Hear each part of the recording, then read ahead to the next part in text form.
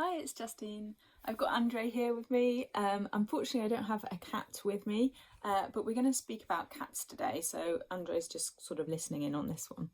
So one thing that can happen to cats, either if they're living with other cats, or if they're living in a house where maybe there's been some disruption or change, that might be building work, it might be a new house, it might be a new baby.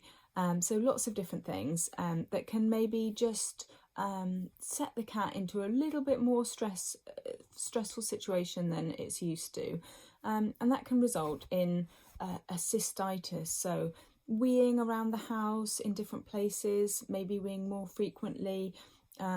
It's particularly common if there's been some change, but it can just happen at any time as well. So what can you do if this happens? Well, I think it's really important to speak to your vet in the first instance, because there are other things that can be more dangerous that can result in abnormal weeing or straining to wee.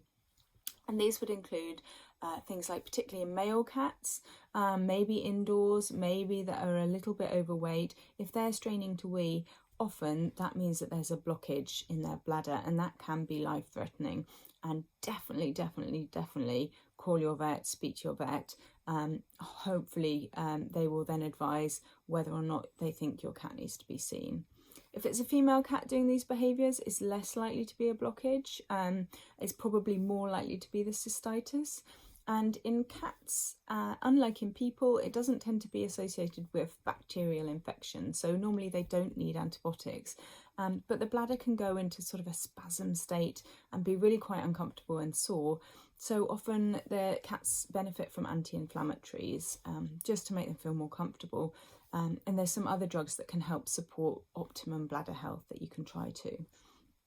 So your vets will speak to you about these. They'll probably want to examine your cat and maybe look at a wee sample. So if you are able to collect one, if your cat uses a litter tray, you can put maybe some stones in that aren't going to absorb the wee, and collect a little sample and bring that with you. That will be extremely helpful for your vet.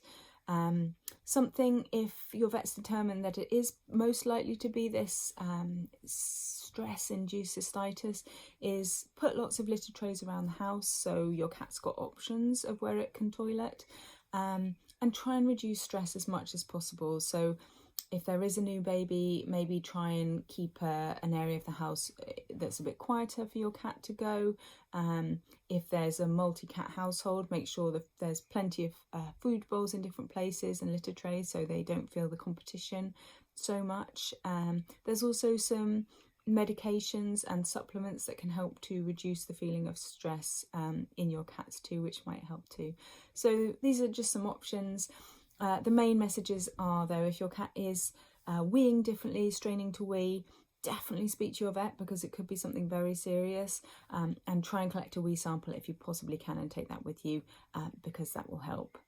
If you don't get a chance before you see your vet, don't worry, they might give you a little pot to collect one when you get home too. Thanks, I hope that was helpful. Sorry about the dog. Bye.